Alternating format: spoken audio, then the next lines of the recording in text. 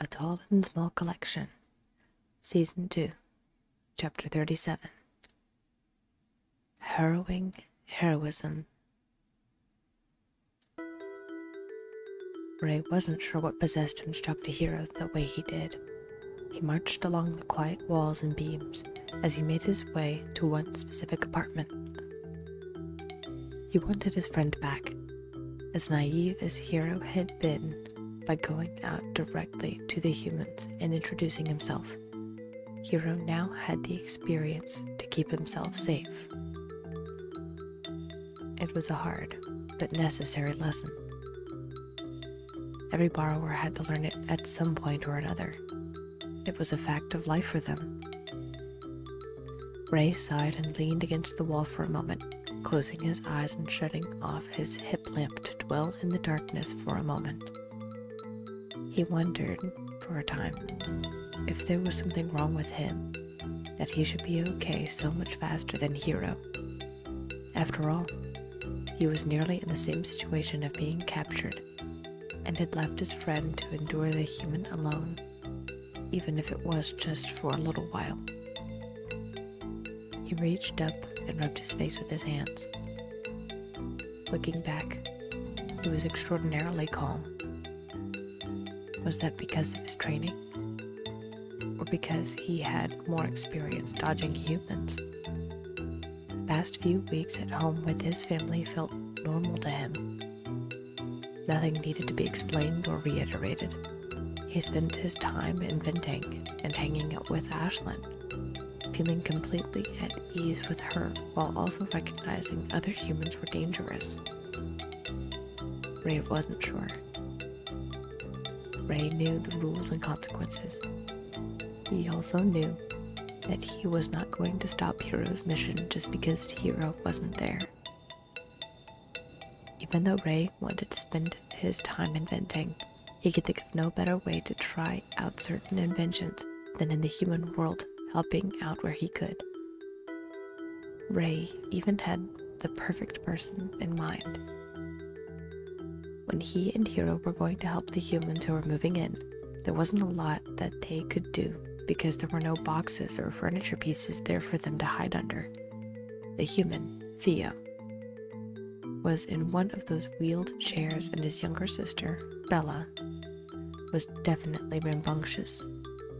Both of them seemed to be close enough, even though it was obvious Theo was much older than Bella.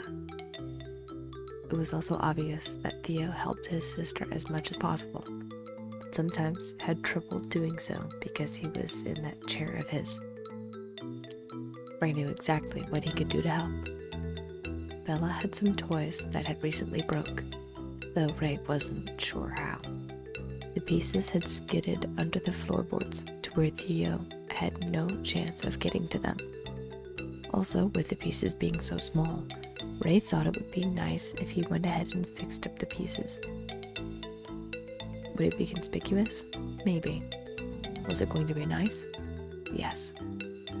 At the very least, Ray decided to fix it just enough for Theo to be able to snap everything back into place with little to no issue. It was going to be a simple run, in and out. How hard could it be? Ray pushed himself off the wall and walked the next few walls in darkness before switching on his hip lamp and following along the path he needed to take in order to make it to the apartment. His feet left little dusty prints behind him. He saw where he and Hero tracked prints before, and he saw where they had deviated their path to lead to the dreaded apartment where Lily abducted Hero. Ray shuddered involuntarily and pressed forward until he reached the right room. The vibrant pinks and greens in the room screamed that it must be Bella's room. Ray switched off his hip lamp and crawled beneath the floorboards, all the way to the furniture piece where the toy parts had fallen. It took some rummaging, and Ray had to fight off a couple of dust bunnies, but he retrieved the necessary springs and plastic bits to fix the toy. With that, the borrower teen wrestled his way back through the way he came, dusted himself off, and approached the electrical cover. Lamp off, He closed his eyes and listened with all of his senses. There was the hum of the air conditioner. There was the sound of distant voices. They were home, but not in the room he needed to be in. Ray wondered if he should wait and help another day, but decided to get it done. It would only take a couple of minutes if he did it right. Ray undid the electrical cover and pulled it free from the wall, leaving a gap just large enough so he could make it back through in case of an emergency. The moment he stepped out, he noticed that the entire floor further out in the room was covered in carpet. When did this happen? Was this because of the wheelchair? Interesting. Ray checked left and right, noting his target was a dollhouse on the other side of the room. One last round of checks, and he darted out into the open as fast as his legs could carry him. His lungs started to burn as he ran, but the exhilaration of the moment was thrilling. He skidded to a halt before slamming into the dollhouse wall.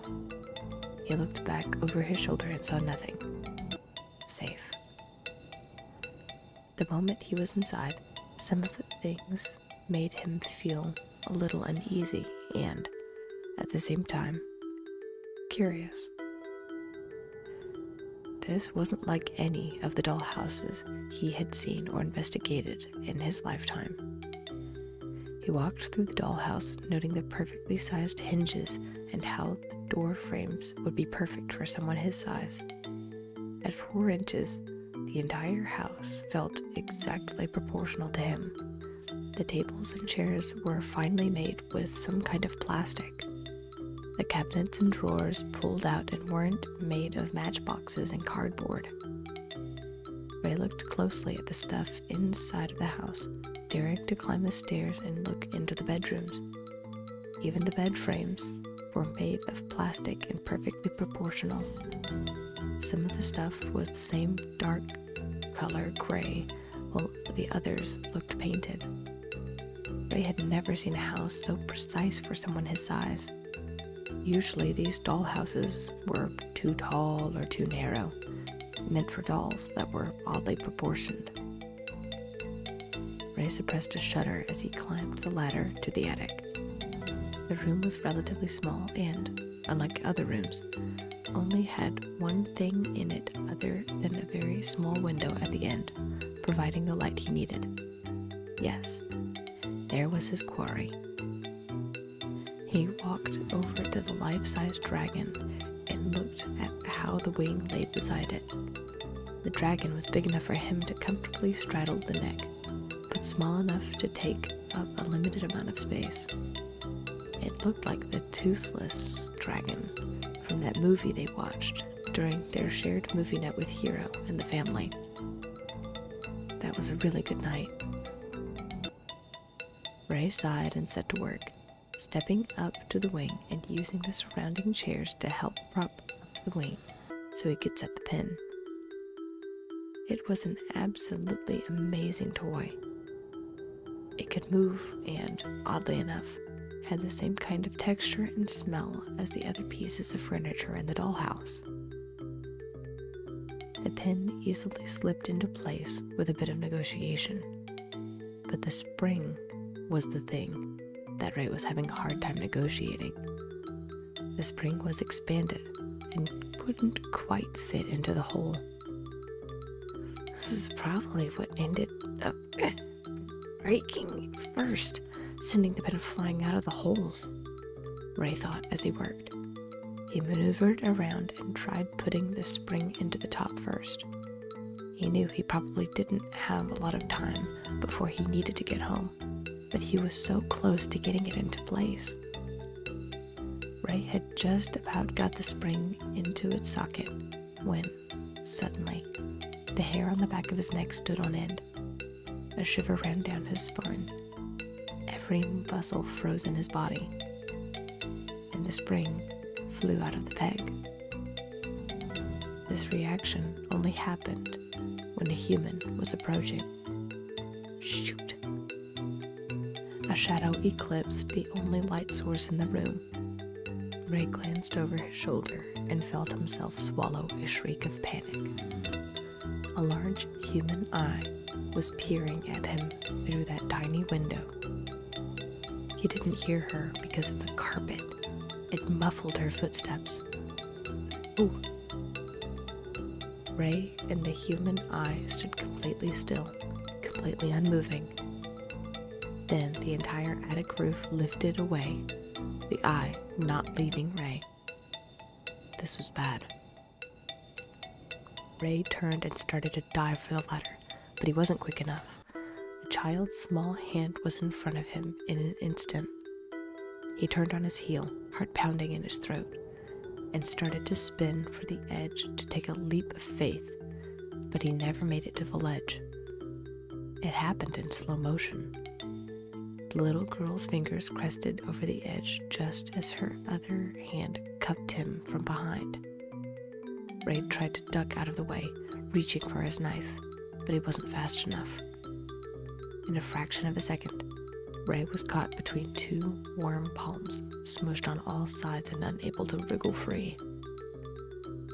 His feet left the ground as he was suddenly laid on his back, entire world spinning as the hand pressed against his front and began to lift carefully. It was a snap decision, but Ray hoped, beyond hope, that this new idea popping into his head would work. He let his body go limp and kept his eyes squinted, but not shut, and took only subtle, shallow breaths.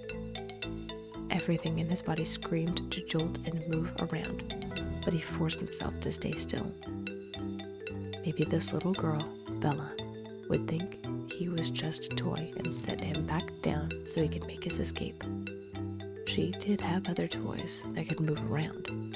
Why couldn't he be like them? Heart pounding out of his chest, he laid still and slack.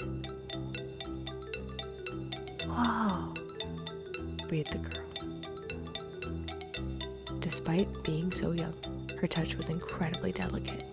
As she reached up and prodded his arm, he let it limply slide across his chest.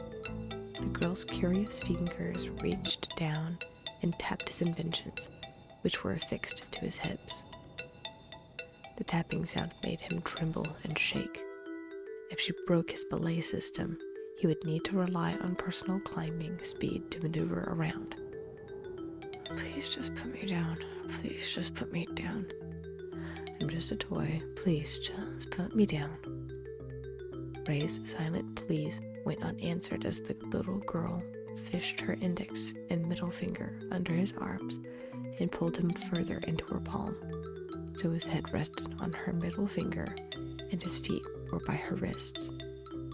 Through squinted eyelashes, Ray saw her face consume his clouded vision as she inspected him. It felt like the most impossible task in the world to stay completely still, even making himself fight the involuntary tremble in his shoulders. "Wow, you're so cool," the girl breathed, voice barely above a whisper. "How do you get you to move around?"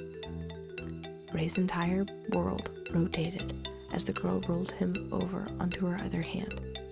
Ray's face pressed into her palm, arms pinned comfortably under him, as he felt her finger press against his back and trace down his spine. Ray suppressed a whimper as he felt her push up his shirt from behind, revealing his bare skin.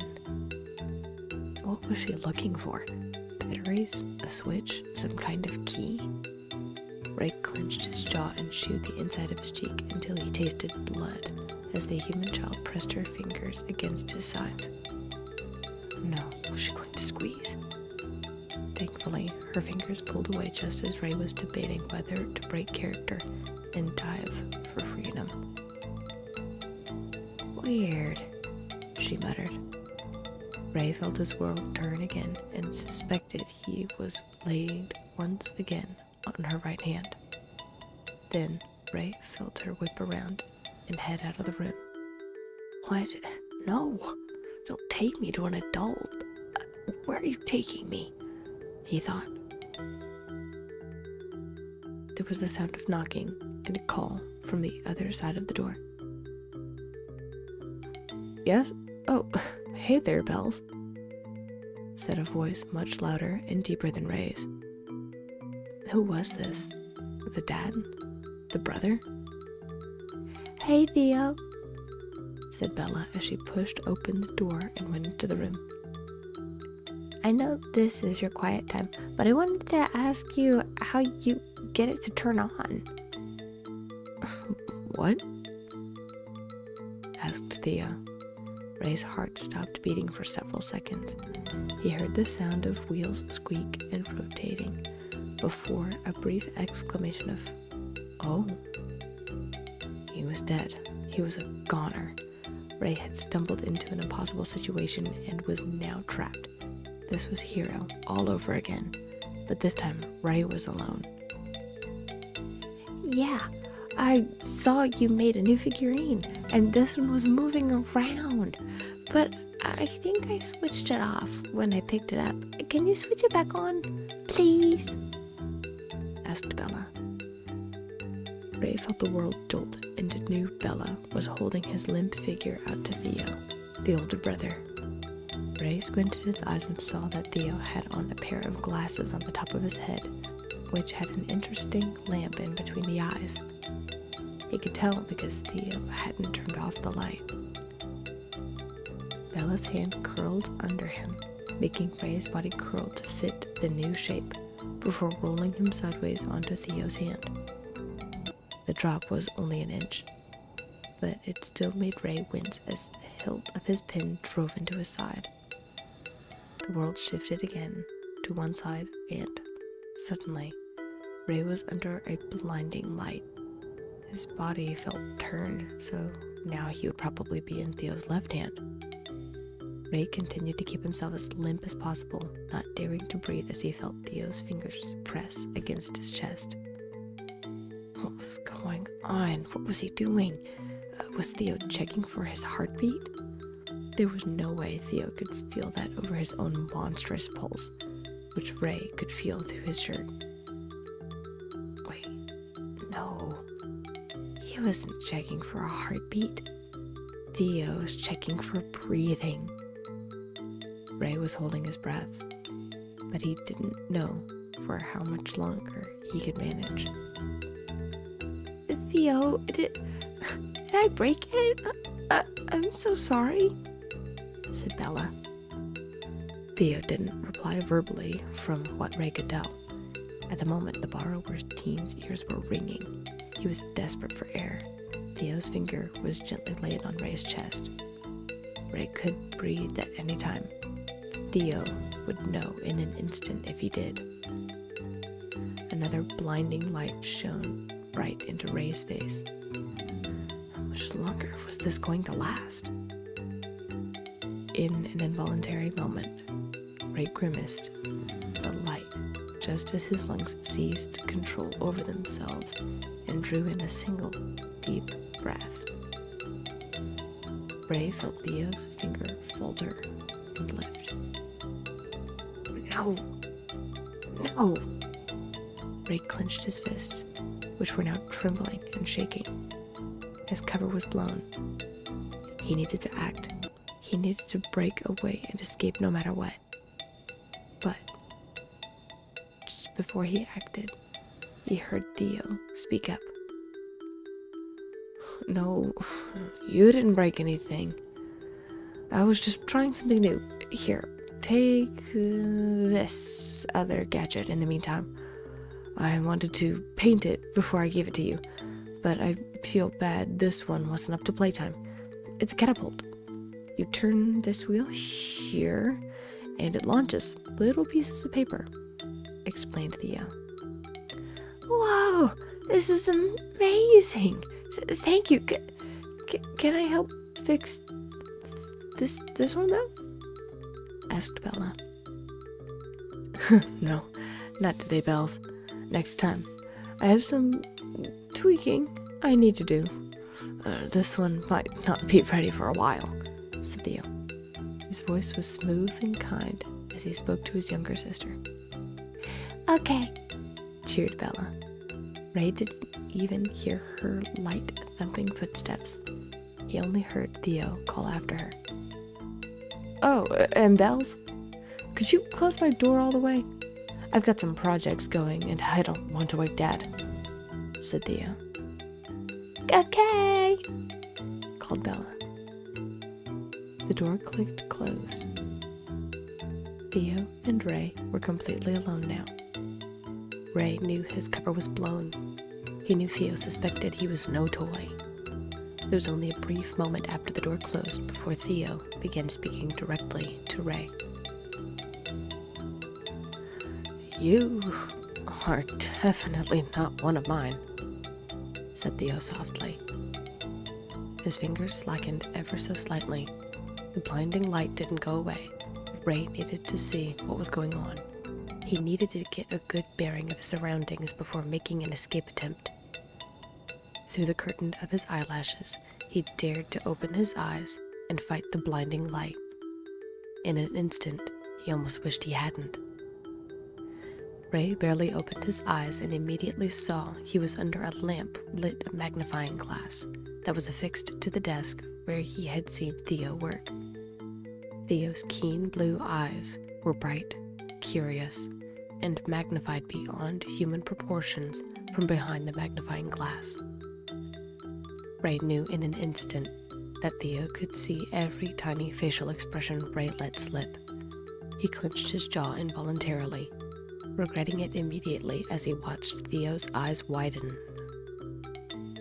"Hey, bud.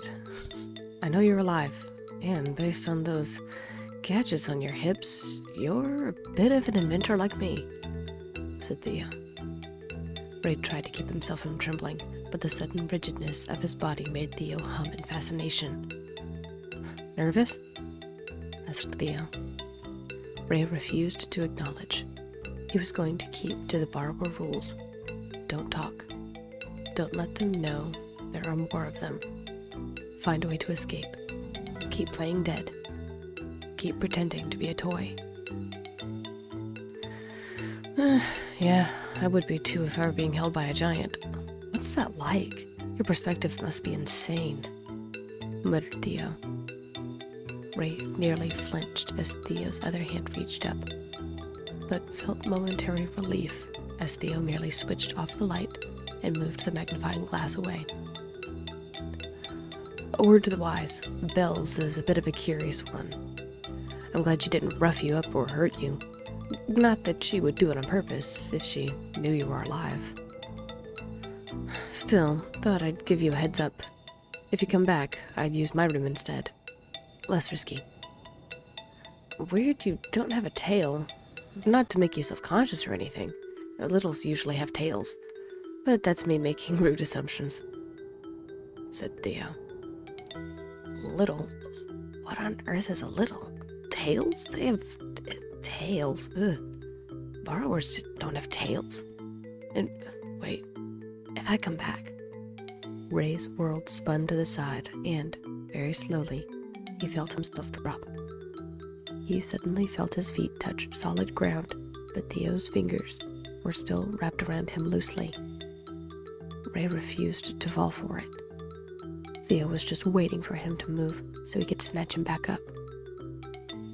"Come on," coaxed Theo as he gently raised and lowered Ray up and down so his feet tapped the ground multiple times before Theo attempted to stand Ray up on his own.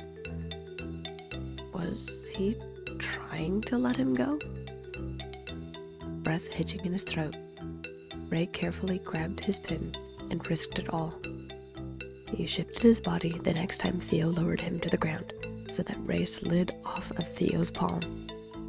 Ray stayed completely still, standing up on his own, but upper part still limp enough for it to be a fluke on Theo's part. Theo's hand was still dangerously close to Ray's back. The borrower teen felt the warmth radiating from the human's palm just behind him. "You good, man?" asked Theo. Ray stayed still and silent, head slumped so he couldn't see Theo's features. "Right. Well, don't worry. I'm not going to tell anyone about you. Got it? Your secret is safe with me," Now, be careful, okay? Little guys like you have to be wary and alert to survive," said Theo. "I probably won't see you again, so good luck out there." Suddenly, the warmth retracted. The hand was gone. Ray still felt Theo's eyes on him, but it was now or never. Breaking character, Ray turned on his heel and sprinted for his life toward the opposite wall, toward the first piece of furniture he could see. His heart had never beat so ferociously in his entire life. Never before had his legs moved this fast. Ray didn't stop running until he slammed against the wall of trim in front of him, which was under a dresser cabinet. At this, he collapsed and heaved in breath after breath. He gagged only once as sickening bile rose up in his throat. He saw the wheels spin around, and, for a moment, he felt terror seize him once more before he realized that Theo had gone back to working on whatever he was doing before. Ray slid down the wall and continued to heave in breath after breath as he glanced over and spotted an electrical cover a few feet from him. It was just beside the bed, but Ray felt like he could make it back and forth in time if the humans decided to go after him. He tiptoed out after checking to make sure Theo didn't spot him, before managing to unscrew the faceplate and slip back into the walls, securing the electrical cover, and then walking as calmly as he could back home. He had so many questions for Ashlyn and Soren. The youngest borrower brother knew he was probably going to get a lecture about going out and helping humans so close to when Hero had been taken, and Ray knew that he could just now have been taken if Theo had so wished. Still, it hadn't happened. Theo was one of the good ones.